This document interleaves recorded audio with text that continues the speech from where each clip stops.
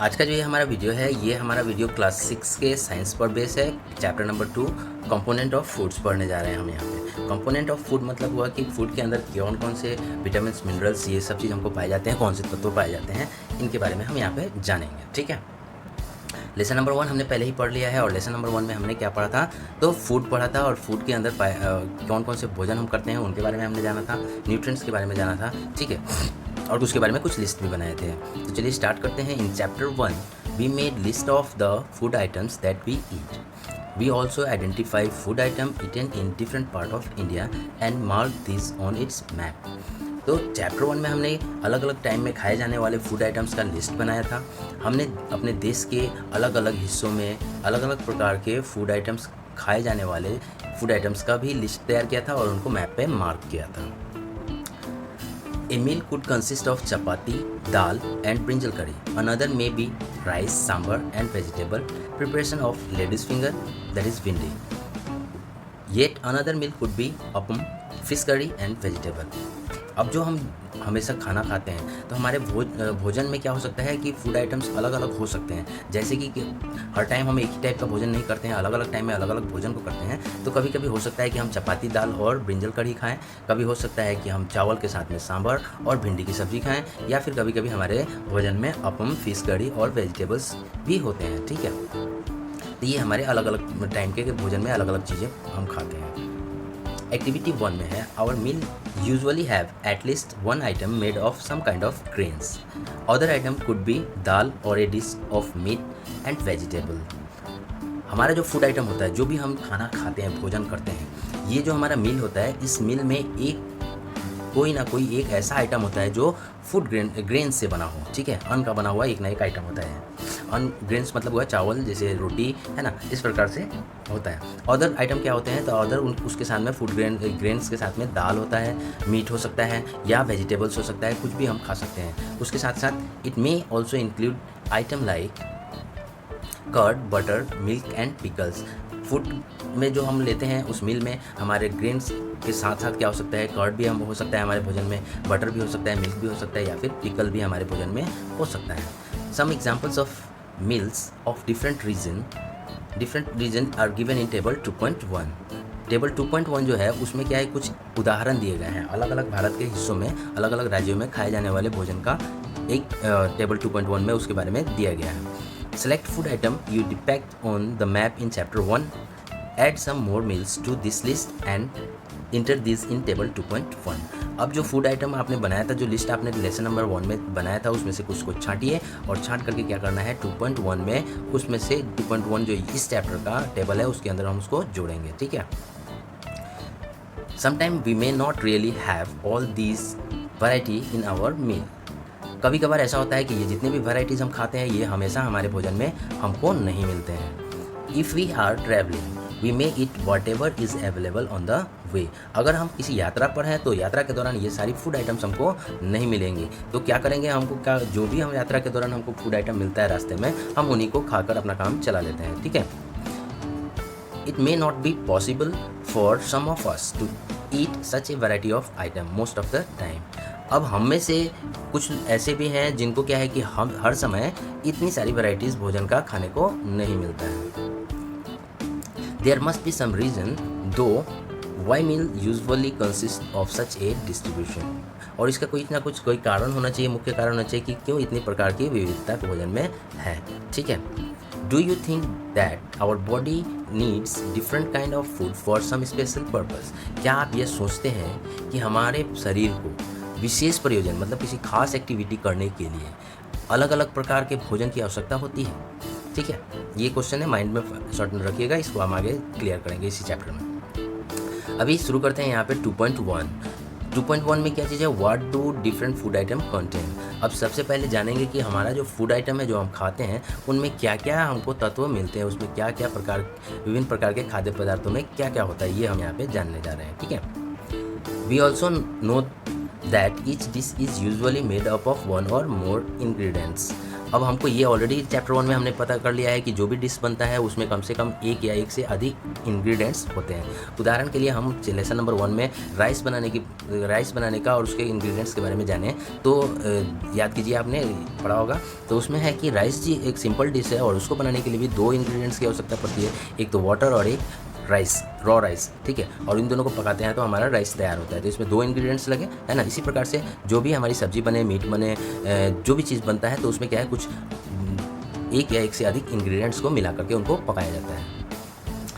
Which we get from plant or animal. और ये जो इंग्रेडिएंट्स है ये हमको कहाँ से मिलते हैं, तो ये तो या हमको प्लांट से मिलते हैं या फिर हमको एनिमल से मिलते हैं। आपको पहले ही हम लेसन नंबर 1 में हम लोग पढ़ चुके थे कि हमको हमारा जो भी फूड आइटम्स है वो कहाँ से आता है। तो हमारा जो भोजन होता है इसके अधिकांश जो भी फूड आइटम्स है ये हमको या तो प्लांट से मिलते हैं या फिर हमको एनिमल से मिलते हैं। जैसे कि उदाहरण के लिए अगर आपको दोबारा से समझाया जाए तो इसको, जैसे कि आप सब्जी खाते हैं, रोटी खाते हैं, चावल खाते हैं, जो भी चीज़ खाते हैं, ये सारी चीज़ कहाँ से आते हैं, तो प्लांट से आते हैं। अब आप अंडा खाते हैं, मीट खाते हैं, दूध खाते हैं, मिल्क प्रोडक्ट कोई भी खाते हैं, ये सब चीज़ कहाँ से आते हैं, तो एनिमल्स आते हैं। और इन्हीं से एनिमल्स से आते हैं और इन्हीं सब चीज़ों को मिलाकर हमारा फूड तैयार होता है, ठीक है।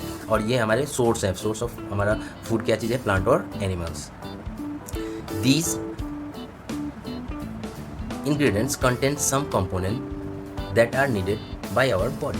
अब ये जो इंग्रेडिएंट्स होते हैं जिनसे हमारा भोजन तैयार होता है, इनके अंदर क्या है, वो तत्व पाए जाते हैं जो हमारे शरीर के लिए आवश्यक है, जरूरी है।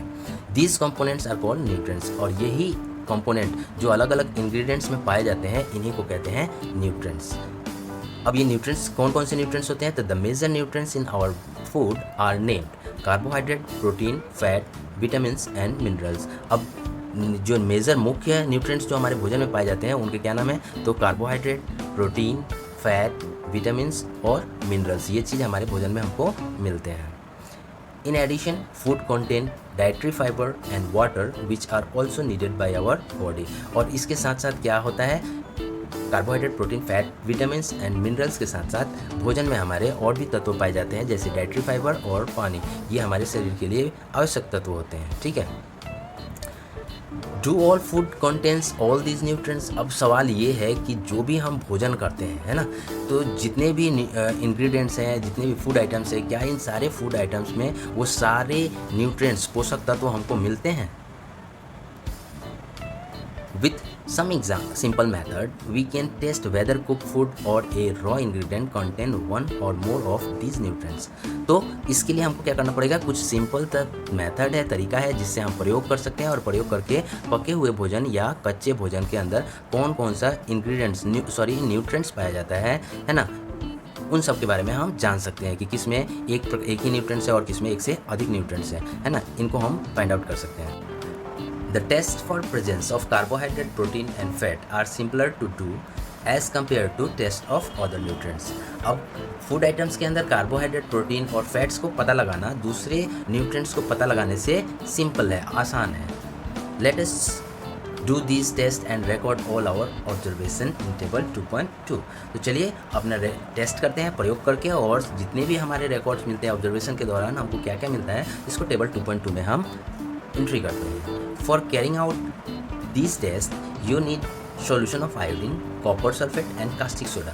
You will also need a few test tube and a dropper। अब कहने का मतलब है कि जब हम ये टेस्ट को करेंगे तो उसके लिए कुछ हमको आइटम्स की आवश्यकता पड़ेगी, जैसे कि क्या क्या चीज़ चाहिए, तो हमको सबसे पहले सॉल्यूशन ऑफ आयोडीन चाहिए, कॉपर सल्फेट का सॉल्यूशन चाहिए और कास्टिक सोडा का भी सॉल्यूशन चाहिए। उसके साथ साथ हमको कुछ टेस्ट ट्यूब की आवश्यकता पड़ेगी और एक ड्रॉपर की भी ज़रूरत पड़ेगी। इन सब चीज़ों से हम क्या कर सकते हैं, टेस्ट करके और प्रोटीन, फैट और कार्बोहाइड्रेट का पता लगा सकते हैं। Try these test on cook food items as well as raw materials. अब ये जो टेस्ट है, इस टेस्ट को कुक फूड, पके हुए भोजन पर भी और रॉ मटेरियल्स के ऊपर भी टेस्ट करके पता लगाएं। Table 2.2 show you a way to record the observation from this test. Table 2.2 जो है ये आपको क्या करता है, जो भी आप प्रैक्टिकल करेंगे और उसमें जो रिकॉर्ड जो भी आपको मिलेगा उसको रिकॉर्ड करने का एक तरीका दिया है, जिससे आप उस तरीके से आप रिकॉर्ड करके अपने आइटम्स को रख सकते हैं। Some food item are given in this table. You can conduct the test either with these or any other available food items. अब जो ये टेबल 2.2 है उसमें कुछ फूड आइटम्स दिए गए हैं और उसके बारे में दिए गए हैं। आप क्या कर सकते हैं, इन पर कर सकते हैं या फिर जो भी फूड आइटम आपके पास अवेलेबल है उस पर भी ये जाँच कर सकते हैं। Do this test carefully and do not try to eat or taste any chemical. अब जब आप प्रैक्टिकल कर रहे हों तो ध्यान रखिए कि अकेले तो कोई प्रैक्टिकल करना नहीं है, अपने टीचर के अंडर में ही प्रैक्टिकल करना है और प्रैक्टिकल के दौरान सावधानी होनी आवश्यक है। और उसके बाद अगर प्रैक्टिकल करते समय कोई भी केमिकल है उसको चखना नहीं है, टेस्ट नहीं करना है, उसका स्वाद नहीं लेना है, ठीक है, ये हानिकारक होता है। If the required solution are not available in readymade form your teacher can prepare them as follow. अगर ये जो रिक्वायर्ड सॉल्यूशन है आयोडीन का, कॉपर सल्फेट का और कास्टिक सोडा का अगर रेडीमेड नहीं है तो आपके टीचर क्या है उसको प्रिपेयर कर सकते हैं, उसके भी तरीका दिया गया है, वैसे हम आसानी से उनको बना सकते हैं। Let us begin by testing different food items to see if they contain carbohydrate. तो चलिए करके देखते हैं, और करके हम क्या है कि अलग अलग फूड आइटम्स के अंदर क्या फाइंड आउट करेंगे, कार्बोहाइड्रेट, कि उनके अंदर कार्बोहाइड्रेट है कि नहीं है, इसको हम टेस्ट करेंगे। सबसे पहले कार्बोहाइड्रेट जानेंगे, ठीक है।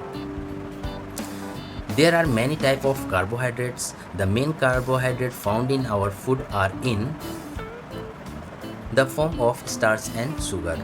कार्बोहाइड्रेट के बहुत सारे प्रकार होते हैं, जिस अलग अलग फॉर्म में अलग अलग प्रकार में हमको कार्बोहाइड्रेट हमारे भोजन में पाया जाता है। लेकिन जो दो मुख्य फॉर्म है जिसमें मिलता है हमारे भोजन में, तो किस रूप में मिलता है, तो एक स्टार्च के रूप में कार्बोहाइड्रेट मिलता है और शुगर के रूप में हमारे भोजन में कार्बोहाइड्रेट मिलता है।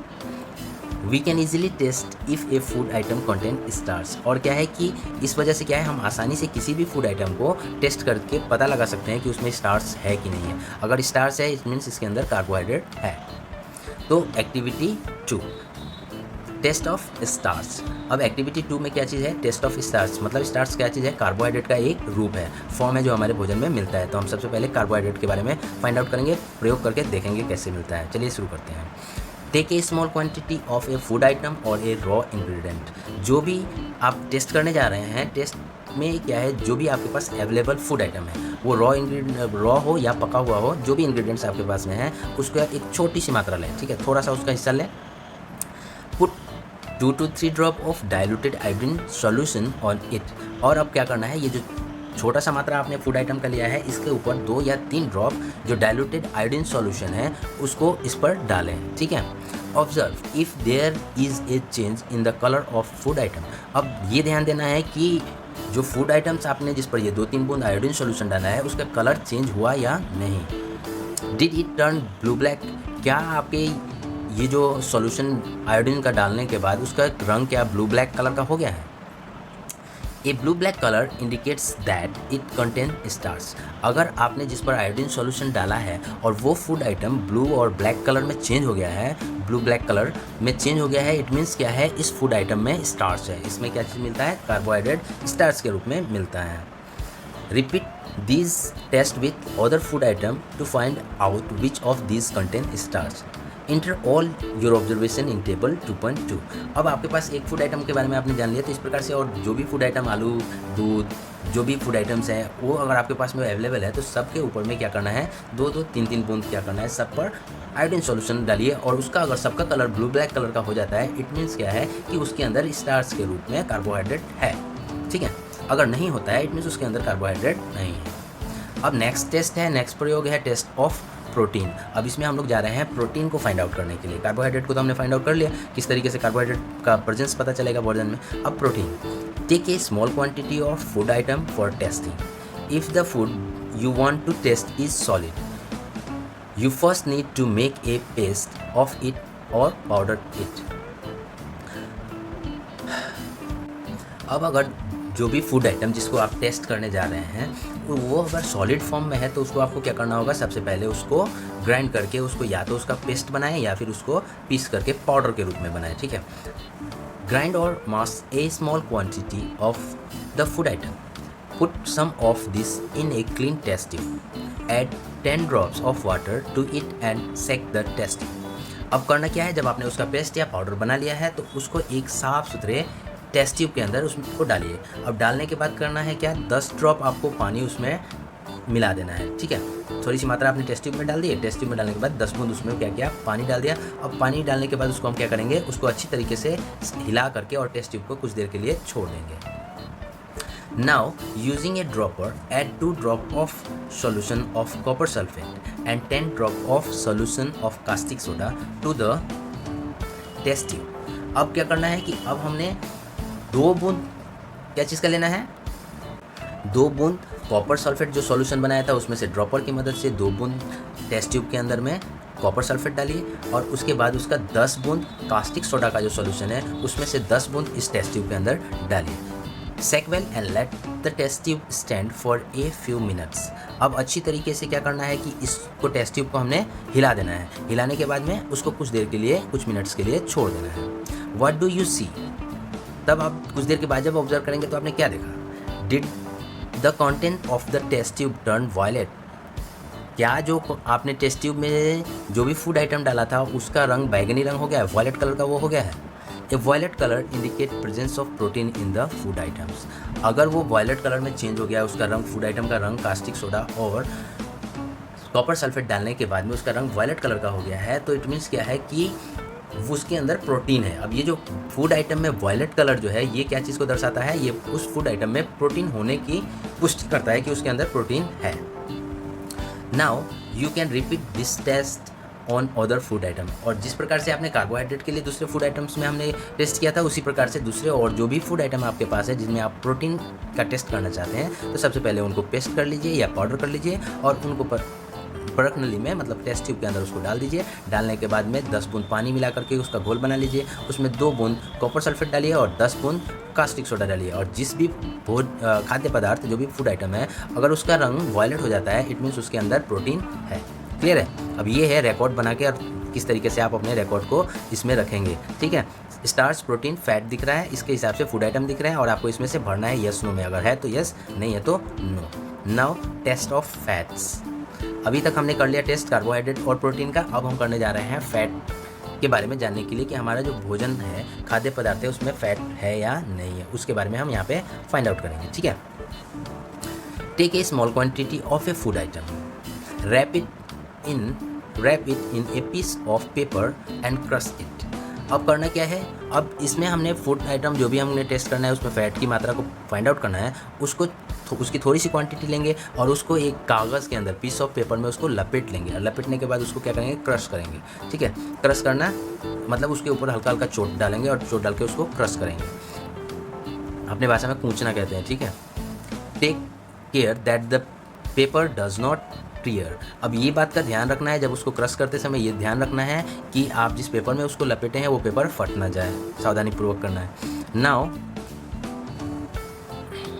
Straighten the paper and observe carefully. अब क्या कीजिए? अब जो पेपर जिसको आपने लपेटा था फूड आइटम को, उसको अब आप सीधा, पेपर को सीधा कर लीजिए और ध्यान से देखिए उसमें आपको क्या मिलता है। Does it have an oily patch. अब पेपर को ध्यान से देखिए कि क्या उसमें तेल का कोई धब्बा आपको दिखाई दे रहा है। फूड आइटम को झाड़ लीजिए, झाड़ने के बाद लाइट में आप देखेंगे तो उसमें आपको दिखेगा। ठीक है, अगर तेल होगा तो तेल का वहाँ पे धब्बा दिखाई देगा। Hold the paper against light. Are you able to see the light through this page? तब क्या करना है कि अब पेपर को रोशनी की तरफ ले जाकर रखना है और देखना है कि क्या पेपर से लाइट सीधे सीधे इधर की ओर आ जा रहा है। तो आप देखेंगे तो आपको और अलग से ही दिखाई देगा, उसमें एक धब्बा टाइप का, अगर उसमें फैट होगा तो उसमें ऑयल का एक पैच आपको दिखेगा।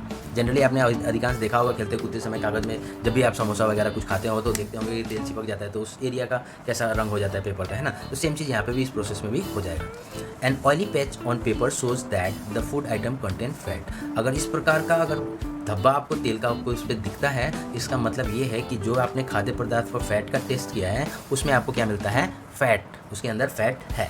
ठीक है, अगर वैसा कोई भी धब्बा वहाँ पे नहीं आता है, पानी का धब्बा है तो कुछ देर छोड़ देंगे तो पानी क्या हो जाएगा? सूख जाएगा। ठीक है, और पेपर जैसा का तैसा हो जाएगा। तो अगर ऐसा धब्बा, तेल का धब्बा नहीं है, इट मीन्स उसके अंदर फैट नहीं है। The food item may sometime contain a little water, therefore after you have rubbed it and item on paper left the paper dry for a while. तो क्या हो सकता है कि जब जिस पर आपने कूटा था पेपर पर, तो उसमें कोई पानी भी, उसके अंदर फूड आइटम में पानी भी हो सकता है जो कि पेपर पर लग जाए। तो करना क्या है आपको कि पेपर को कुछ देर के लिए रगड़ करके और सूखने के लिए छोड़ देना है। तो उससे क्या होगा कि पेपर सूख जाएगा। ठीक है, if there were any water that may have come from food it would dry up after some time. If no oil patch shows up after this the food item does not contain any food. तो सुखा देने के बाद में अगर तब भी कोई भी ऑयल पैच आपको वहाँ पे नहीं दिखाई दे रहा है, इसका मतलब है फूड आइटम के अंदर में कोई भी फैट नहीं है। What do this test shows?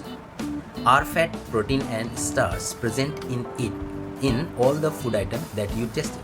Does a food item contain more than one nutrients? Do you find any food item that does not contain any of these nutrients? अब सवाल ये है कि इतना दूर जो हमने प्रैक्टिकल किया है ना, तो इस प्रैक्टिकल करने के दौरान क्या ये जो भी आपने टेस्ट किया है, इस टेस्ट से प्रशिक्षण से क्या बोलते हैं कि ये क्या आपको पता चलता है, ठीक है? क्या फैट, प्रोटीन और स्टार्च सभी फूड आइटम में प्रेजेंट है जिसको आपने टेस्ट किया? Does a food item contain more than one nutrients? क्या कोई ऐसा फूड आइटम है जिसमें एक से अधिक न्यूट्रिएंट्स पाए जाते हैं? Do you find any food item that does not contain any of these items? क्या इतने सारे टेस्टों में आपको कोई ऐसा फूड आइटम मिला जिनके अंदर ये तीनों चीज़ नहीं पाए जाते हैं? We tested food items for 3 nutrients: carbohydrate, protein and fat. अभी जो हमने टेस्ट किया ऊपर में, हमने जो प्रयोग किया ये क्या है, तीन चीज़ों के, तीन न्यूट्रिएंट्स के ऊपर हमने प्रयोग किया, तीन न्यूट्रिएंट्स को फाइंड आउट किया। क्या क्या चीज़? कार्बोहाइड्रेट, प्रोटीन और fat. There are also other nutrients like vitamins and minerals that are present in different food item. अब इनके साथ साथ क्या है कि कार्बोहाइड्रेट और विटामिन्स भी, ये कार्बोहाइड्रेट, फैट और प्रोटीन के अलावा बहुत सारे ऐसे भी न्यूट्रिएंट्स हैं जो हमारे भोजन में पाए जाते हैं, जिनको हम क्या कहते हैं, विटामिन्स कहते हैं और मिनरल्स कहते हैं, ठीक है, जो हमारे फूड आइटम में प्रेजेंट होते हैं। Why do we need all these nutrients? अब सवाल ये है कि इन सभी पोषक तत्वों की हमें क्या आवश्यकता है, क्या ज़रूरत है, ठीक है? तो आगे हम जानेंगे हमारी बॉडी में किन किन चीज़ों की क्या ज़रूरत है। नेक्स्ट में है 2.2 what do various nutrients do for our body? कहने का मतलब है कि जितने भी न्यूट्रिएंट्स हमारे भोजन में जो पाए जाते हैं, वो कार्बोहाइड्रेट हो, प्रोटीन हो, फैट हो, विटामिन्स हो या मिनरल्स हो, ये हमारे शरीर के लिए क्या करते हैं, क्यों आवश्यक हैं, इनका हमारे शरीर में क्या रोल है? Carbohydrate mainly provide energy to our body. कहने का मतलब है जो कार्बोहाइड्रेट होता है, इसका मुख्य काम होता है हमारे शरीर के अंदर क्या प्रोवाइड करना? ऊर्जा प्रदान, ठीक है, ऊर्जा प्रदान करना, ये इसका मुख्य काम होता है। कार्बोहाइड्रेट हमको क्या देता है? एनर्जी देता है। Fat also give us energy. In fact fat give much more energy as compare to the same amount of carbohydrate. अब क्या है कि फैट जो होता है, फैट भी हमको क्या देता है? एनर्जी ही देता है। तो हमको कार्बोहाइड्रेट और फैट से दोनों से ही एनर्जी प्राप्त होता है, ऊर्जा प्राप्त होती है। जबकि क्या है कि अगर तुलना किया जाए तो कार्बोहाइड्रेट से हमको जो फैट है, फैट ज़्यादा मात्रा में एनर्जी देता है। कार्बोहाइड्रेट से ज़्यादा एनर्जी हमको फैट से प्राप्त होता है। Food containing fats and carbohydrates are also called energy giving food. अब वो खाद्य पदार्थ जिनमें हमको फैट्स मिलता हो और कार्बोहाइड्रेट मिलता है, उन्हें हम कहते हैं एनर्जी प्रोवाइडिंग फूड, ठीक है, इससे कहते हैं ऊर्जा देने वाले भोजन, ठीक है। एनर्जी गिविंग फूड कौन से हैं? तो जिसमें हमको फैट्स और कार्बोहाइड्रेट मिलते हैं। Figure number 2.3 and figure number 2.4 जो नीचे दिया गया है, उसमें सारे आपको सोर्स बताए गए हैं, ठीक है। Protein are needed for growth and repair of our body. Protein की आवश्यकता किस लिए होती है? तो कार्बोहाइड्रेट और फैट का हमने जान लिया कि कार्बोहाइड्रेट और फैट की जरूरत होती है जो हमको ऊर्जा, एनर्जी देता है। प्रोटीन की आवश्यकता क्या पड़ती है? प्रोटीन हमें क्यों जरूरत पड़ती है, वो क्या करता है? तो protein are needed for our growth and repair of our body. Protein का जो है, प्रोटीन की आवश्यकता है हमारे शरीर के अंदर, हमारे शरीर का ग्रोथ के लिए, हमारे शरीर के ग्रोथ के लिए, और हमारे शरीर में अगर कोई ऐसे बीमारी हो जाए, किसी भी अस्वस्थ हो जाए, तो उसको ठीक करने के लिए हमको प्रोटीन की आवश्यकता पड़ती है, ठीक है। अभी फिगर देखते हैं, तो यहाँ पे आपको फिगर दिखाई दे रहा है।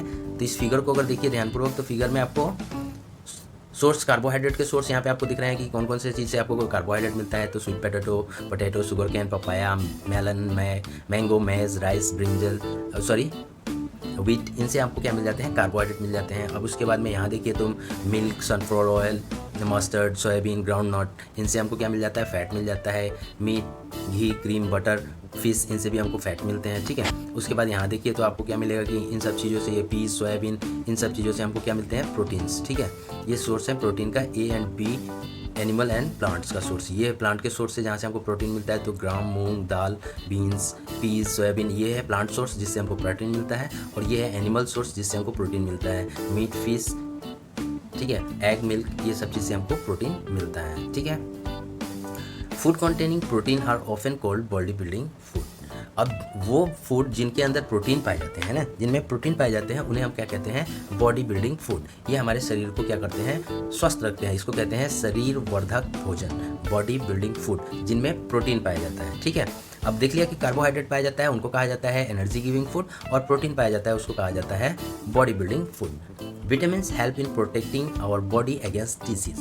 Vitamin also help in keeping our eyes, bone, teeth and gums healthy. अब प्रोटीन के बारे में जान लिया हमने, फैट के बारे में जान लिया और कार्बोहाइड्रेट के बारे में हमने जान लिया, ठीक है। ये हमको क्या करते हैं, तो एक हमारे लिए एनर्जी गिविंग फूड है और एक हमारा बॉडी बिल्डिंग फूड है। अब पढ़ेंगे विटामिन्स और मिनरल्स के बारे में। तो विटामिन्स क्या करता है, तो विटामिन्स हमारे शरीर को दूसरी बीमारियों से लड़ने में सहायता करता है, दूसरी बीमारियों से लड़ने में हमारी मदद करता है। विटामिन क्या करता है, तो हमारे आँखों को, बोन्स को, टीथ को, गम्स को, ये सब को स्वस्थ रखता है। विटामिन इसीलिए देते होंगे कि जब भी आप डॉक्टर के पास जाते हो तो डॉक्टर आपको विटामिन के कुछ सलाह देते हैं कि विटामिन लीजिए। इससे क्या होता है, हमारे शरीर स्वस्थ रहता है, तंदुरुस्त रहता है, ठीक है। Vitamins are different kind known as different names. Vitamins अलग अलग प्रकार के होते हैं और इनके नाम भी अलग अलग होते हैं, ठीक है। Some of these are vitamin A, vitamin C, vitamin D, vitamin E and vitamin K. ये जो अलग अलग विटामिन हैं उनमें से कुछ के नाम दिए गए हैं यहाँ पे। विटामिन ए के नाम से जाना जाता है, सी, डी, ई और विटामिन के नाम से हम इन विटामिन को जानते हैं। These are also group of vitamin called vitamin B complex. अब जब ये जो विटामिन है, ये सारे विटामिन अगर एक ग्रुप में इनको ग्रुप किया जाए तो इस ग्रुप को कहते हैं विटामिन बी कॉम्प्लेक्स। तो आपने मेडिसिन की दुकान में जब भी मेडिसिन लिया होगा तो देखा होगा उस पर लिखा होता है vitamin B complex. Vitamin B complex मतलब उसके अंदर सारे विटामिन हैं, विटामिन के समूह को कहते हैं vitamin B complex, okay. Our body need all type of vitamin in small quantity. Vitamin A क्या है कि हमारे शरीर में क्या चीज़ की विटामिन की थोड़ी थोड़ी मात्रा में आवश्यकता पड़ती है। Vitamin A keeps our skin and eye healthy. अब विटामिन ए का काम क्या होता है कि हमारे स्किन और आंखों को क्या करता है, विटामिन ए हेल्दी रखता है, स्वस्थ रखता है। Vitamin C help body to fight against many diseases. Vitamin C क्या करता है कि बहुत सारे रोगों से लड़ने में हमारे शरीर की मदद करता है। Vitamin D help our body to use calcium for bones and teeth. Vitamin D क्या करता है, तो विटामिन डी हमारे शरीर के अंदर हड्डियों और दांतों को मजबूत रखने के लिए कैल्शियम का यूज़ करने में मदद करता है। Food that are rich in different vitamin are known as are shown in 2.6 and figure 2.9। विभिन्न प्रकार के जो भोजन है, खाद्य पदार्थ हैं जिसमें कि भारी मात्रा में हमको विटामिन मिलता है, ये आपको नीचे जो फिगर दिया गया है 2.6 और 2.9 इनमें दर्शाया गया है। Minerals are needed by our body in small amount. जिस तरीके से विटामिन की आवश्यकता कम मात्रा में हमारे शरीर को जरूरत होती है, उसी प्रकार से मिनरल्स की भी हमारे शरीर में थोड़ी मात्रा में आवश्यकता होती है। ईच वन इज इसेंशियल, और हर एक मिनरल क्या है हमारे लिए अति आवश्यक है। ये आप सोर्स देखिए यहाँ figure 2.6 some source of vitamin A, ये विटामिन ए का सोर्स है, ठीक है। नीचे देखिए some source of vitamin B, ये विटामिन बी का सोर्स है। उसके बाद ये some source of vitamin C, यहाँ से हमको विटामिन सी इनसे मिलते हैं। उसके बाद में यहाँ देखिएगा तो विटामिन डी के सोर्स आपको इनसे विटामिन डी भी मिलता है, okay. For proper growth of our body and to maintain good health. Minerals की आवश्यकता किस लिए होती है, तो विटामिन और मिनरल्स की हमारे शरीर की सही रूप से ग्रोथ के लिए, है ना, और हमारे शरीर को स्वस्थ रखने के लिए इनकी आवश्यकता पड़ती है। Some source of different minerals are shown in figure 2.10। 2.10 में मिनरल्स के डिफरेंट सोर्स दिए गए हैं जहाँ से हमको आसानी से उन फूड आइटम से मिनरल्स मिलते हैं। Most of food item usually have more than 1 nutrients. ज़्यादातर जो भी फूड आइटम होते हैं उनके अंदर क्या है, पोषक तत्व एक से अधिक पाए जाते हैं। ऐसा नहीं है कि एक चीज़ में एक ही प्रकार का विटामिन मिलता हो या एक ही प्रकार का न्यूट्रिएंट्स मिलता हो। जैसे कि मान लीजिए कि अंडा को ले लिया जाए या फिश को ले लिया जाए या दूध को ही ले लिया जाए, तो ऐसा नहीं है कि दूध में सिर्फ कार्बोहाइड्रेट ही मिलता है या फिर सिर्फ दूध में फैट मिलता है या फिर सिर्फ दूध में विटामिन मिलता है। इन सब में विटामिन और मिनरल्स सब में हमको थोड़ी थोड़ी मात्रा में मिलती है, लेकिन किसी में कोई चीज़ अत्यधिक मात्रा में मिलता है, ठीक है। You may have notice this while recording your observation in table 2.2। और जो प्रैक्टिकल हमने टेबल ऊपर किया था फैट का, कार्बोहाइड्रेट का और प्रोटीन का, तो उसमें आपने देखा होगा कि अलग अलग जो खाद्य पदार्थ है, अलग अलग फूड आइटम्स हैं, उनके अंदर क्या है कि हर चीज़ की मात्रा थोड़ी थोड़ी मिली होगी, ठीक है। However in a given raw mineral one particular nutrient may be present in much larger quantity than other. अब जो भी कोई भी रॉ आइटम है तो उसमें रॉ मिनरल्स में क्या होता है कि सभी प्रकार के न्यूट्रेंट्स पाए जाते हैं, लेकिन क्या है कि कोई खास प्रकार का न्यूट्रेंट उसमें क्या है बाकी न्यूट्रेंट से ज़्यादा मात्रा में उस फूड आइटम में मिलता है, ठीक है। For example, rice has more carbohydrate than the nutrients. Thus, we say that rice is a carbohydrate rich source of food.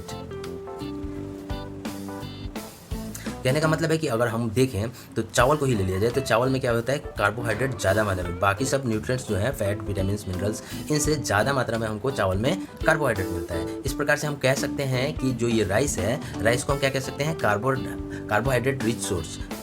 ठीक है, तो इसमें कार्बोहाइड्रेट की मात्रा हमको अत्यधिक मात्रा में मिलता है, सो दैट इसको हम कहते हैं carbohydrate rich source of food. Besides the nutrients, our body needs dietary fiber and water. Dietary fiber are also known as rugs. अब जो हमारे भोजन में जो भी हमारे न्यूट्रिएंट्स मिलते हैं, इस न्यूट्रिएंट्स के साथ साथ हमारे शरीर को डाइटरी फाइबर और वाटर की भी आवश्यकता होती है। ठीक है, dietary fibre are also known as roughage. Dietary fibre जो होते हैं इनको क्या चीज़, रगेस के नाम से भी जानते हैं। ठीक है, इसका हिंदी में कहते हैं इसको आहारी रेशे। ठीक है, डाइटरी फाइबर को आहारी रेशे रगेस कहा जाता है। ठीक है, roughage is mainly provided by plant products in our food. अब ये जो रगेस हैं ये हम कहाँ से मिलते हैं, तो जो हमारे भोजन में प्लांट प्रोडक्ट जो होते हैं उन्हीं से हमको ये चीज़ डाइटरी फाइबर मिलता है। Whole grains and pulses, potato, fresh fruit and vegetable are main source of roughage. अब ये इनके मुख्य स्रोत क्या चीज़ है, तो पल्स, होल ग्रेन साबुत दाना, ठीक है, पोटैटो, फ्रेश फ्रूट, वेजिटेबल्स, ये क्या चीज़ है, रगेस का मुख्य स्रोत है। ठीक है, रगेस does not provide any nutrients to our body, but it is essential component for our body and add to its bulk. अब ये जो रगेज हमारे भोजन में होता है, इसका क्या है कि कोई न्यूट्रिएंट्स नहीं होता है, इसके अंदर कोई भी पोषक तत्व नहीं होता है जो हमारे शरीर को आवश्यकता होती है। ये पोषक तत्व हमको देता नहीं, लेकिन ये हमारे शरीर के लिए अति आवश्यक है। ठीक है, क्यों, क्योंकि this help our body get rid of undigest food, क्योंकि ये हमारे शरीर के अंदर जो भोजन नहीं पचा होता है उसको बाहर निकालने में मदद करता है, इसलिए इसकी भी आवश्यकता होती है। Water help our body to absorb nutrients from food. अब न्यूट्रिएंट्स जो भी हमारा था, उन न्यूट्रिएंट्स को जो देख लिया हमने कि हमारे जो भी भोजन होते हैं उसके अंदर में हमको carbohydrate, fat, protein, nutrients, vitamins, मतलब ये सब कुछ मिला करके न्यूट्रिएंट्स कहा जाता है। तो हमारे भोजन में ये न्यूट्रिएंट्स होते हैं। इसके अलावा हमको डाइटरी फाइबर की आवश्यकता पड़ती है और वाटर की। वाटर क्या करता है, वाटर हमारे शरीर में जो हम भोजन करते हैं और जो उस दौरान हमारे शरीर में न्यूट्रिएंट्स हमारे शरीर में जाता है उसको एब्जॉर्ब करने में, शोषित करने में हमारी मदद करता है। ठीक है, it also help in throwing out some waste from body as urine and sweat. अब पानी क्या करता है, हमारे शरीर के अंदर जो भी हम फूड लेते हैं उनमें से जो वेस्ट होता है, वेस्ट को हमारे शरीर से बाहर निकालने में मदद करता है, जैसे कि यूरिन से और स्वेट, पसीने से हमारे शरीर से ये जो वेस्ट होते हैं हमारे शरीर के, जिनकी हमारे शरीर में आवश्यकता नहीं होती है, ये पानी के थ्रू बाहर निकल जाते हैं। Normally we get most of the water that our body need from the liquid we drink. अब जो भी हमको वाटर की मात्रा जो हमारे शरीर को आवश्यक है, ये हमको कहाँ से प्राप्त होती है, तो जो भी तरल पदार्थ हम पीते हैं, है ना, जो भी तरल पदार्थ लिक्विड हम पीते हैं उससे हमको वाटर की पूर्ति हमारे शरीर में हो जाती है। Such as water, milk, tea. जैसे कि उदाहरण के लिए, तो हम जब पानी पीते हैं तो वाटर की पूर्ति हो जाती है, दूध पीते हैं तो वाटर की पूर्ति हो जाती है, और चाय पीते हैं, इस तरीके का कोई भी लिक्विड ड्रिंक पीते हैं तो वाटर का हमारे बॉडी में जो आवश्यकता होती है वो पूरा हो जाता है। ठीक है, in addition we add water to most cook food. Let us see if there is any other source which provide water to our body. कहने का मतलब है उसके साथ साथ क्या होता है कि हमारा जितना भी खाना पकता है, तो खाना पकाते समय आपने देखा होगा कि सब जगह पानी का इस्तेमाल होता है, तो वो खाने के अंदर मिश्रित हो जाता है और उसके थ्रू भी हमारे शरीर में जो है वाटर की पूर्ति हो जाती है। ठीक है, let us see if there is any other source which provide water to our body. चलिए देखते हैं कोई ऐसा दूसरा स्रोत जहाँ से हमको पानी हमारे भोजन के थ्रू हमारे शरीर में उपलब्ध होता है। तो एक्टिविटी 3, टेक ए टोमेटो और ए fruit like lemon, cut it into small piece. Do your hand get wet while doing so? कहने का मतलब है अब इसको जानने के लिए कि पानी दूसरे भोजन खाद्य पदार्थ में कैसे है, तो इसके लिए हम क्या करेंगे, एक टमाटर ले लेंगे या फिर एक लेमन, नींबू ले लेंगे। अब इसको आपको करना क्या है कि काटना है, तो काटते इसको स्मॉल पीस में काटिए। अब काटते समय ये देखना है कि क्या आपके हाथ गीले हो गए टमाटर को काटते समय या नींबू को काटते समय। तो नेचुरली है जब टमाटर और नींबू को काटिएगा तो आपके हाथ गीले हो जाएंगे। तो गीले क्यों हो जा रहे हैं, क्योंकि उसके अंदर वाटर लिक्विड फॉर्म में प्रेजेंट है, जिसकी वजह से हमारे हाथ गीले हो जाते हैं। Carefully observe whenever vegetable and fruits are being cut, peeled, ground and merged at your home. अब जब घर में देखेंगे अपनी माँ चाहे दीदी जो भी आपके घर में खाना बनाते हैं, वहाँ पर जाके अगर थोड़ी देर बैठिएगा तो जब वेजिटेबल्स को काटा जाता हो, फ्रूट को काटा जाता हो, उनके छिलके निकाले जाते हो या उसको ग्राइंडर में ग्राइंड किया जाता हो, तो आप ध्यानपूर्वक देखिएगा तो थोड़ा बहुत पानी और लिक्विड जो है आपके जिस चीज़ पर रख के काटा जा रहा होगा वहाँ पे लिक्विड दिख जाएगा, ठीक है। Do you find any fresh vegetable or fruits that do not contain some amount of water? क्या आपको ऐसा कोई वेजिटेबल मिला काटते समय देखा आपने जिसके अंदर में थोड़ी बहुत मात्रा पानी की न हो?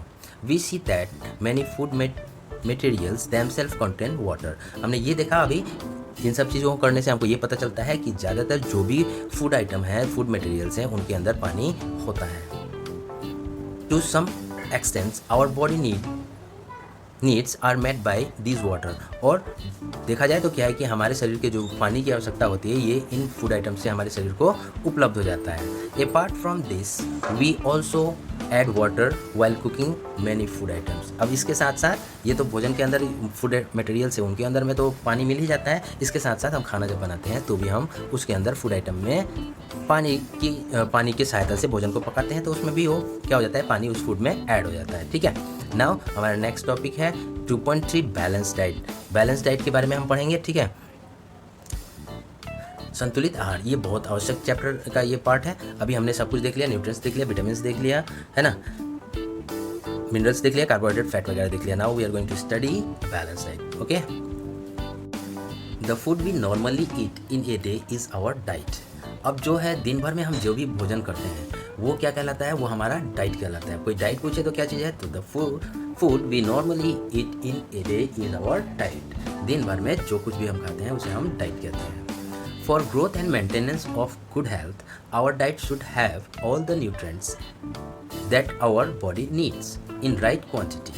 कहने का मतलब है हमारे शरीर के अच्छे मेंटेनेंस के लिए और गुड हेल्थ के लिए, स्वस्थ शरीर के लिए हमारा जो डाइट होना चाहिए, सुबह से शाम तक जो भी चीज़ हम खाते हैं उसमें क्या है, ऑल न्यूट्रिएंट्स प्रेजेंट होने चाहिए। हर प्रकार के पोषक तत्व उनमें होने चाहिए जिनकी हमारे शरीर को आवश्यकता है, और वो भी सही मात्रा में, ठीक है। सही मात्रा में हमारे शरीर के अंदर सारे जो आवश्यक न्यूट्रिएंट्स है वो हमारे डाइट में होनी चाहिए। Not too much of one and not too little of other. ये भी नहीं कि किसी भी एक न्यूट्रिएंट्स, कोई भी एक पोषक तत्व अधिक मात्रा में या कोई बहुत कम मात्रा में, एक बैलेंस मात्रा में होना चाहिए, ठीक है। एक सही मात्रा में जो शरीर को आवश्यकता है उतनी हमारे डाइट में उन न्यूट्रिएंट्स की उपस्थिति होनी चाहिए। The diet should also contain a good amount of rugged and water। अब वो जो डाइट है उसमें न्यूट्रिएंट्स के साथ साथ अच्छी मात्रा में रगेज और वाटर भी होना चाहिए। अब such a diet is called balance diet, और इस प्रकार का जो डाइट है इसे बैलेंस डाइट कहते हैं। ऐसा कोई भी डाइट जिसके अंदर संपूर्ण न्यूट्रिएंट्स सही मात्रा में रगेज एंड वाटर के साथ उपलब्ध हो, तो ऐसे भोजन को कहते हैं बैलेंस डाइट, ठीक है। Do you think that people of all age need the same type of diet? क्या आप ये सोचते हैं कि हर उम्र के लोग को हर एक प्रकार के उम्र के लोगों को एक ही प्रकार के डाइट की आवश्यकता पड़ती है? Do you also think that what we need for a balanced diet would depend on the amount of physical work that we do? क्या आप ये भी सोचते हैं कि ये जो बैलेंस डाइट है वो किस पर, हमारे जो काम के ऊपर निर्भर करता है कि हम किस प्रकार के काम कर रहे हैं उस प्रकार का हमारा डाइट होना चाहिए? Prepare a chart of whatever you eat over a period of week. Check whether all the nutrients mentioned are present in one or the other food item began eaten within a day or so on. अब करना क्या है कि अब हमको एक chart तैयार करना है। एक हफ्ते में हमने जो कुछ भी खाया है या आने वाले हफ्ते में हम जो कुछ भी खाने वाले हैं उसका एक चार्ट तैयार करते हैं, ठीक है। और चार्ट को तैयार करके हमको ये देखना है कि जो हम एक हफ्ते के दौरान जो भी चीज़ हमने खाया, क्या उसके अंदर सभी प्रकार के न्यूट्रिएंट्स उपलब्ध हैं या नहीं है, ठीक है। इसको हमने देखना है, तो आपको पता चल जाएगा कि हमने जो भी खाना खाया है इतने दिन, एक हफ्ते के ड्यूरेशन में, तो उनमें हमको सारे न्यूट्रिएंट्स मिले या नहीं मिले। आगे बढ़ते हैं। Pulses, groundnut, soybean, sprouted seed, moong and Bengal grams, fermented food, South Indian food such as idli, a combination of flours, mixed roti, tepal and made from cereals and pulse, banana, spinach, sattu, jaggery, available vegetable and other such food provide many nutrients। अभी जितने भी हमने यहाँ पे देखे हैं, है ना, तो ये जो चीज़ें हैं, पल्सेस, ग्राउंडनट, सोयाबीन, स्पाउटेड सीड्स, ये स्पिंच, बनाना, वेजिटेबल्स, जो भी उपलब्ध चीज़ है, ये सभी चीज़ों में क्या है कि हमको भरपूर मात्रा में न्यूट्रिएंट्स मिल जाता है, ठीक है। इनमें आसानी से इन सब चीज़ों में हमको सभी प्रकार के न्यूट्रिएंट्स मिलते हैं। Therefore one can eat a balance diet without expensive food materials. और इसकी वजह से क्या हो सकता है, इसलिए चूँकि कोई भी व्यक्ति ज़्यादा बिना खर्चा किए हुए भी क्या कर सकता है, बैलेंस डाइट ले सकता है। अगर वो ऊपर जो मेंशन किए गए चीज़ों को हमेशा खाता हो तो उसके लिए सभी न्यूट्रिएंट्स उसके शरीर में मिल जाएंगे, ठीक है। तो उसे ज़्यादा एक्सपेंस करने की आवश्यकता नहीं है। Eating the right kind of food is not enough, it should also be cooked properly so that its nutrients are not lost। अब सही प्रकार का सही मात्रा में भोजन करना ही आवश्यक नहीं है, इसके साथ साथ क्या चीज़ ज़रूरत है, तो भोजन को सही प्रकार से पकाना भी बहुत आवश्यक है, ठीक है। Are you aware that some nutrients get lost in the process of cooking and preparation? क्या आपको पता है कि जो न्यूट्रिएंट्स होते हैं हमारे भोजन में, ये पकाते समय या उसको बनाते समय में क्या है कि बहुत सारे ऐसे न्यूट्रिएंट्स हैं जो जिनकी हमको हानि हो जाती है, जो हमारे भोजन में से निकल जाते हैं, ठीक है। तो खाना भी सही तरीके से पकाएंगे तो हमको सारे न्यूट्रिएंट्स भी हमारे भोजन में मिलेंगे, अन्यथा क्या हो जाएगा, पकाने से कुछ हीट की वजह से क्या हो जाते हैं, वो लॉस हो जाते हैं, और कुछ क्या हो जाता है, धोने की वजह से वो लॉस हो जाते हैं। If the vegetable and fruits are washed after cutting or peeling them, it may result in loss of some vitamins। अगर सब्जियों को, है ना, छिलका उतारने के बाद, सब्जी और फल को छिलका उतारने के बाद धोया जाए तो इसकी संभावना रहती है कि उसमें से कुछ विटामिन्स जो हो वो नष्ट हो जाए, वो उनके साथ धुल जाए, ठीक है। The skin of many vegetable and fruit contain vitamin and minerals. अब बहुत सारे ऐसे फ्रूट्स और वेजिटेबल्स हैं जिनका जो स्किन होता है, जिनके जो उसके ऊपर का कवर होता है, जिस छिलका होता है, उस छिलके में बहुत सारे विटामिन और मिनरल्स पाए जाते हैं, ठीक है। Similarly repeated wash of rice and pulses may remove some vitamins and minerals present in them।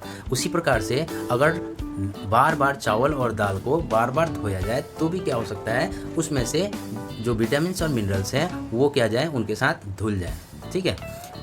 सो खाना पकाते समय भी हमको बहुत ज़्यादा केयरफुल होना होता है, ठीक है। तभी क्या होगा कि हमारे जो भी खाना पकाएंगे तो उसमें हमको भरपूर मात्रा में न्यूट्रिएंट्स प्राप्त होंगे।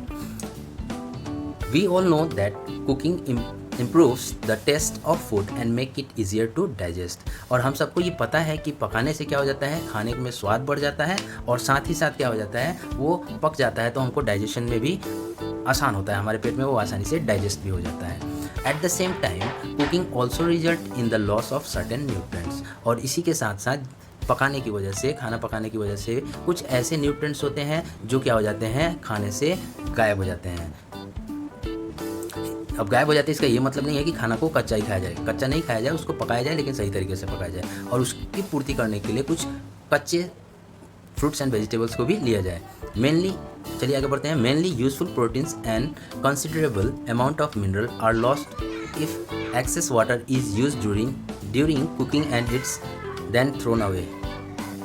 अब क्या है कि बहुत सारे ऐसे यूज़फुल प्रोटीन्स और मिनरल्स हमारे भोजन में होता है, और जब खाना पकाते समय हम ज़्यादा मात्रा में पानी का इस्तेमाल करते हैं, ठीक है। और खाना बनने के बाद उसमें से जो बचा हुआ पानी होता है उसको अगर हम फेंक देते हैं तो फेंकने से क्या होता है कि उसमें जो विटामिन्स और मिनरल्स होते हैं वो क्या हो जाते हैं, उस पानी के साथ में हम उसको फेंक देते हैं, ठीक है। इसलिए खाना बनाते समय पानी की भी मात्रा ऐसी होनी चाहिए कि जिनको हम फेंकें नहीं, ठीक है।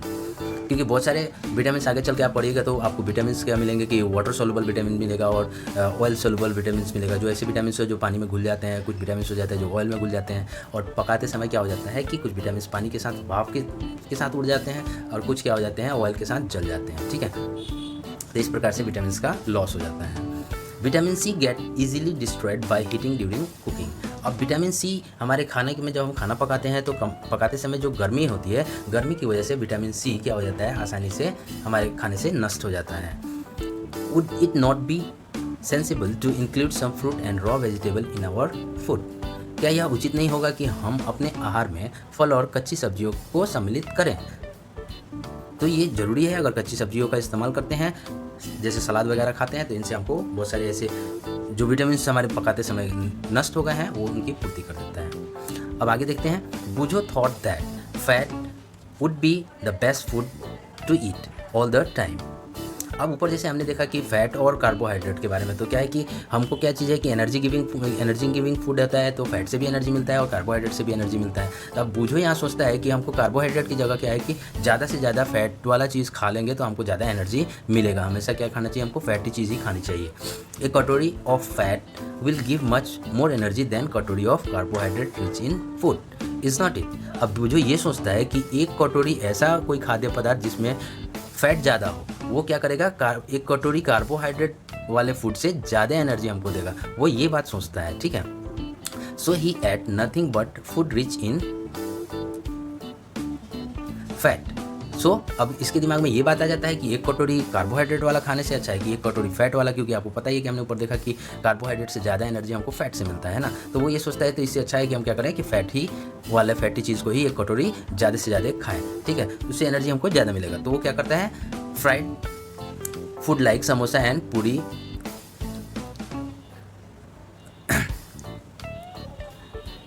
मलाई, राबड़ी एंड पेड़ा। तो वो क्या करता है, वो सोचता है और तो वो कहता है कि इससे अच्छा है कि हम समोसा ही खाएं, पूरी खाएं, मलाई खाएं, राबड़ी खाएं, पेड़ा में खाएं। इससे क्या होगा, इसमें फैट ज़्यादा मात्रा में हमको मिलता है। तो वो ये बात सोचता है। तो अब आगे क्वेश्चन है, do you think he was right. तो क्या आप ये सोचते हैं कि इसका ये सोच जो था बूझो का, ये क्या सही है कि हमको एनर्जी के लिए ज़्यादा फैटी चीज़ खानी चाहिए?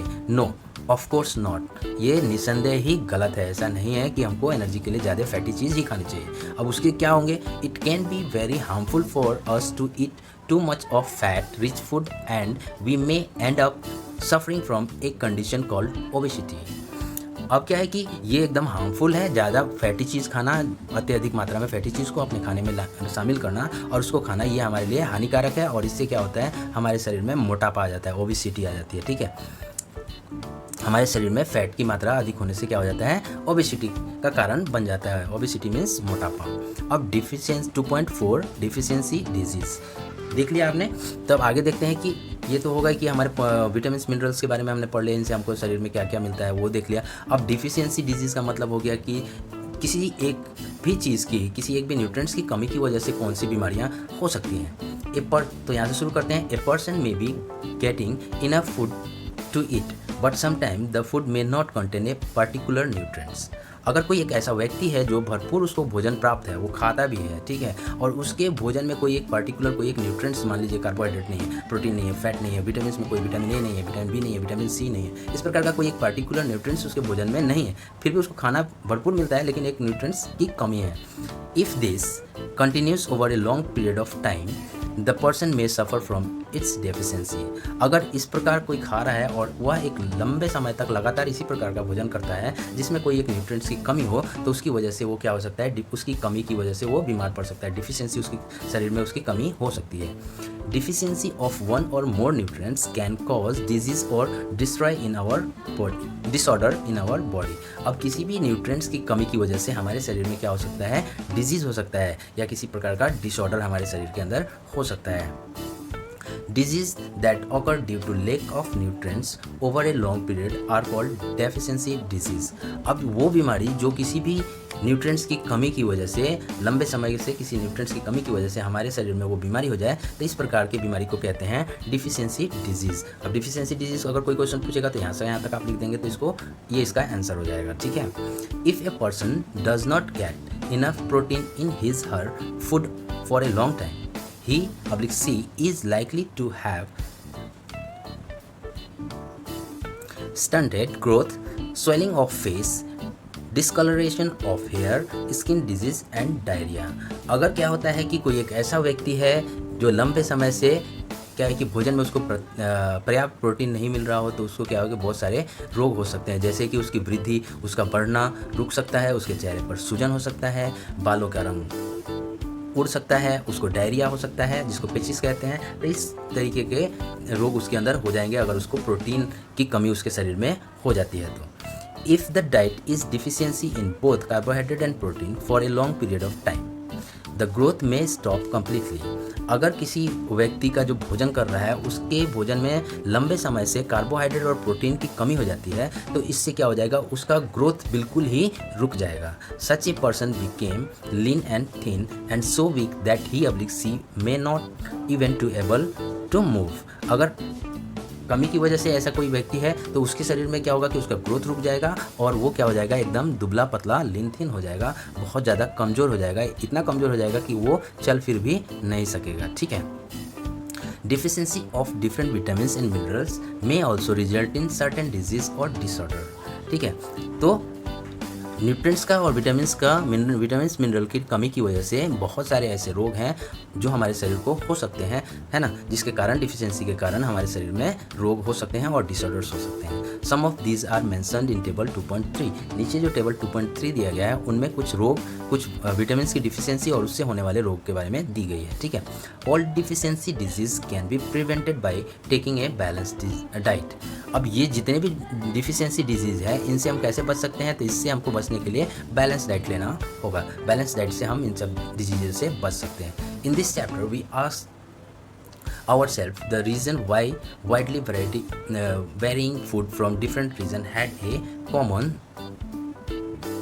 where is the next distribution, sorry, ठीक है, यहाँ पे है ये डिस्ट्रीब्यूशन। तो इस अध्याय में हमने अपने आप से यह जानने की कोशिश की कि विभिन्न क्षेत्रों में भोजन के इतने अधिक जो विविधता है, डिफरेंसेस है ना, होते हुए भी आहार में पोषक तत्वों का वितरण सामान्य है, ये हमने अपने आप से जाना है। ठीक है।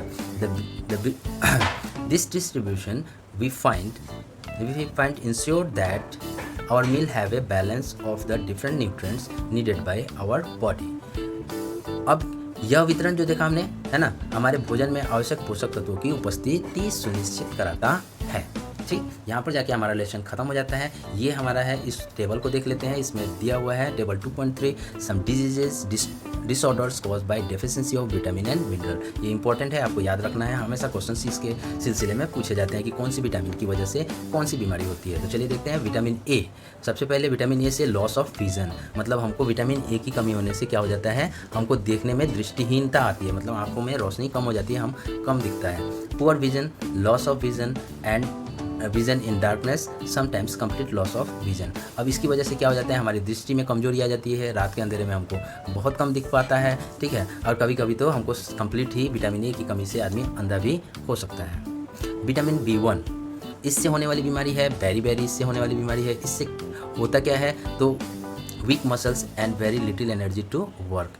इसकी कमी की वजह से हमारे शरीर में क्या हो जाता है, दुबलापन, दुर्बलता आ जाती है, हमारी मांसपेशियों में मसल्स में कमज़ोर हो जाते हैं और क्या होती है, हमको काम करने के लिए एनर्जी नहीं मिलता है। विटामिन सी से स्कर्वी होता है, bleeding gums, wounds take longer time to heal. और विटामिन सी की कमी की वजह से क्या हो जाता है, विटामिन सी से की कमी से हमको हमारे शरीर में सर्दी बीमारी होती है, जिसकी वजह से क्या होता है, हमारे मसूड़ों से खून निकलने लगता है। अगर शरीर में कोई घाव हो जाए तो वो जल्दी ठीक नहीं हो पाता है। विटामिन डी से रिकेट्स होता है, bone became soft and bend. इससे क्या होता है, रिकेट्स होने, विटामिन डी की कमी से रिकेट्स बीमारी होती है और इससे हमारे जो हड्डियां हैं, है ना, वो मुलायम होकर के मुड़ जाती है, बेंड हो जाती है। ठीक है। आयोडीन से क्या होता है, ग्वाइटर हो जाता है। Gland in the neck appear material disability in children, mental disability in children. अब आयोडीन है, आयोडीन की कमी से ग्वाइटर हो जाता है, जिसमें हमारे गले के ऊपर घेंग निकल जाना होता है, घेंग की बीमारी हो जाती है। गर्दन में एक फूला हुआ गले में चीज़ हो जाता है बीमारी, जिससे गला में सूजन हो जाता है। ठीक है। आयरन की कमी से एनीमिया हो जाता है, जिससे हमको क्या हो जाती है, वीकनेस महसूस होता है। ठीक है। तो ये चैप्टर कंप्लीट हमने कर लिया।